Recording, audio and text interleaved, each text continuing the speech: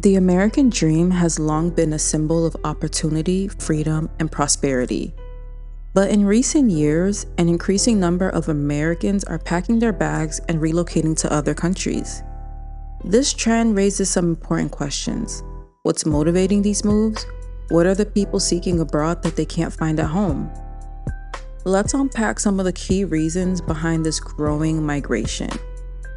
Hello everybody, it's your girl V, and welcome back to ResilienceMind, where we explore the most pressing topics that shape our minds and the world around us.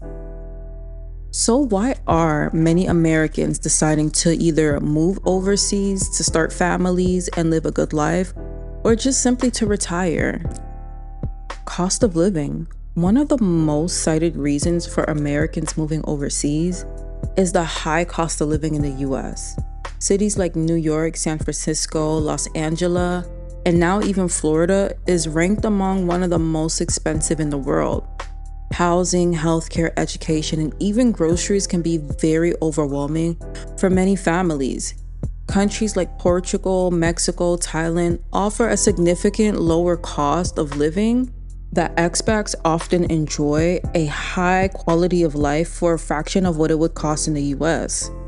It's no secret that inflation has been increasing significantly over the past 4 years, and that wages have not increased enough to supplement the amount of inflation that we've been dealing with, making US citizens and those who live in the US feel like their only option is to go and live abroad.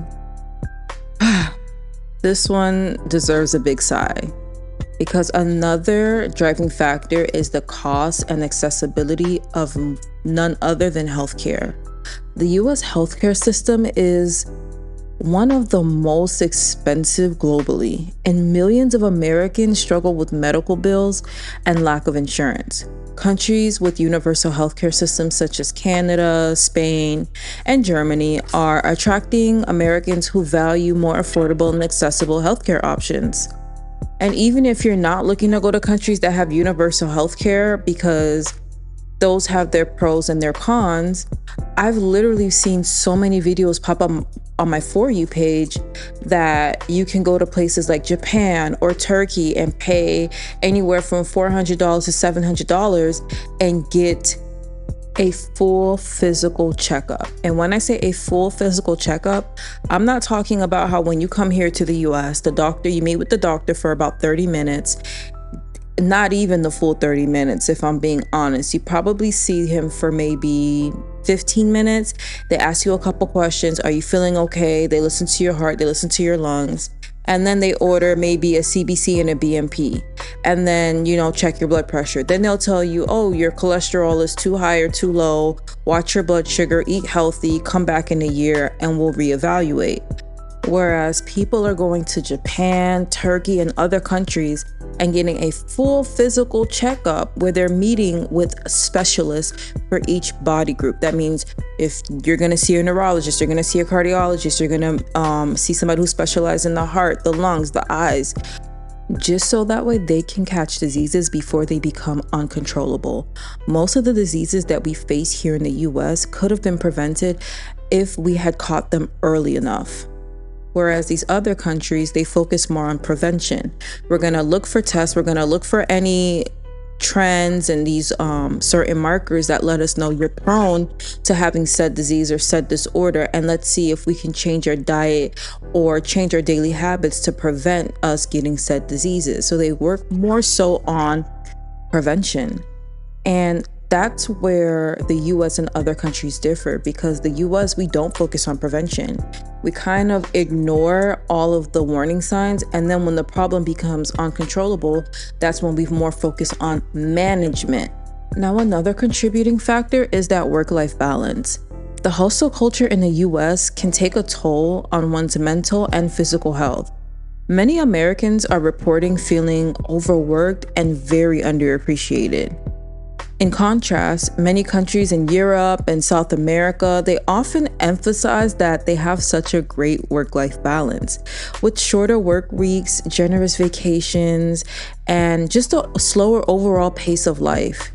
These cultural differences are a major draw to those that are just seeking to escape that constant hustle and grind. Now, this in itself could be a whole video on its own. The constant, every time you go on your For You page, it's hustle, hustle, hustle. People working 2 and 3 jobs and, going to school and getting your master's, having a degree it's not enough having a degree anymore. You have to have a side hustle, and all these other things that are generating an income just for you to support yourself. When in other countries, it's not necessary. Now, another major reason is the political climate. The political climate in here in the US has become so polarized that a lot of people, they just decided to leave. They're just frustrated and they feeling disillusioned.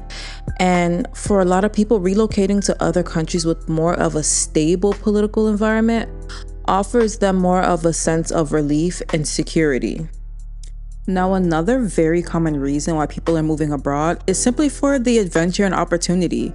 For others, the decision to move abroad is simply driven by a sense of adventure. They want to explore new cultures, learn new languages, and just experience life in a different part of the world can be quite fulfilling to some people. Some Americans also see this as an opportunity to expand their careers or start businesses in other emerging markets internationally. Now, another very common reason that people are moving abroad is simply for retirement. It's no secret that retiring here in the US is quite difficult, with Social Security and your 401ks not really supplementing them enough to where most Americans can retire comfortably.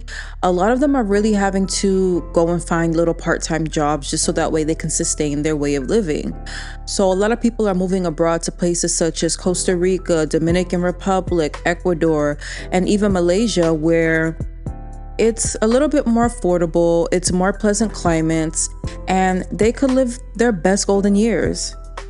So all of this is just to say that the decision to move overseas isn't simply about leaving the US.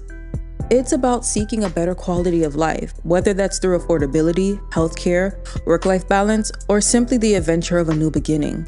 If you've been considering a move abroad or you've already made that leap, let us know in the comments down below. I'd love to hear about your experiences and what inspired your journey. And as always, don't forget to like, share, and subscribe. And don't forget to stay resilient.